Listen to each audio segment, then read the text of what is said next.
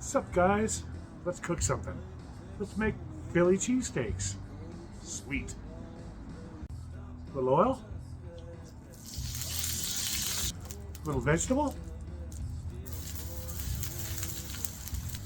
A little finesse. You want to get the freshest produce you can. I get mine at the Smiths. You get yours wherever you can. I recommend growing your own. But we don't have that kind of time here today. You know, I don't know the origins of the Philly cheesesteak, but I assume it has something to do with Philadelphia. Never been to Philadelphia. Leave me a spot in the comments if you've been to Philadelphia. Don't forget to hit that like and subscribe button. Yeah! Ooh, if we had smell-o-vision, this would be the bomb. Ah.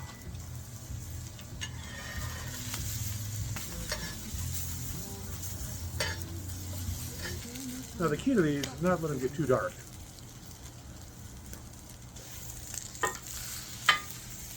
We want to get a little char. We don't want to soften them up too much. Give it a little more oil.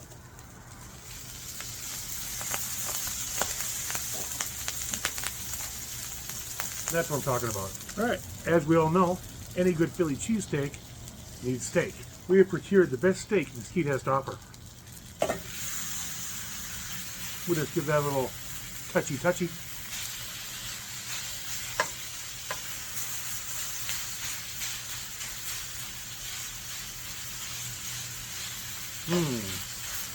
Pre-seasoned with a little Montreal steak seasoning. We'll just let that hang out there for a minute and do what it does. Now, as I was told, this steak was grass-fed,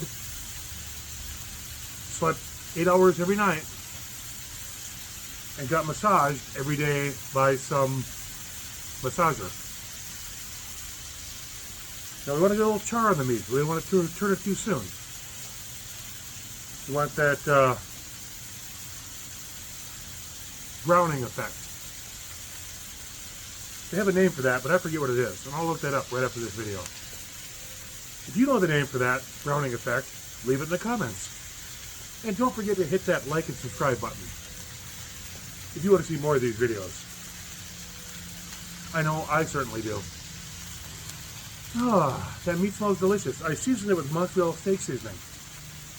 Let it marinate in its own juices for probably an hour on the counter, room temperature. You know, just like Mom used to do. We weren't scared of no food poisoning back then. This is looking delicious, folks.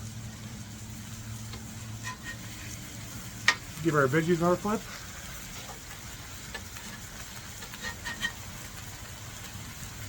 Oh yeah. Alright, now the important thing here is to get your meat down first, get your veggies on top, and then we'll put some cheese down. Hold that thought. My beautiful assistant.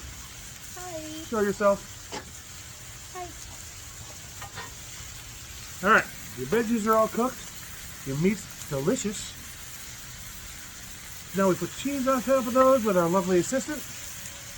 Yeah, 2 at least. Probably 3. Let's go with 3 slices of cheese. You know why? Because we're Americans. And we do what we want. We like cheese.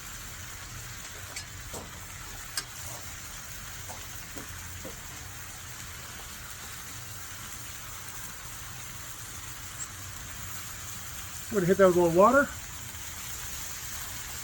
Put a cover on her. Let that cheese melt into some ooey gooey goodness. If my lovely assistant can grab the buns, I can tell you right now, this is what you want to be eating. You don't want to pull the cover off too soon. You want the cheese to melt. You want the ooey gooey goodness. You want it to cover everything. This ain't no Big Mac. This is USDA prime beef. That reminds me, we're going to toast up these buns. I'll show you that in just a second. You see that? I'm going to slap these buns down quick.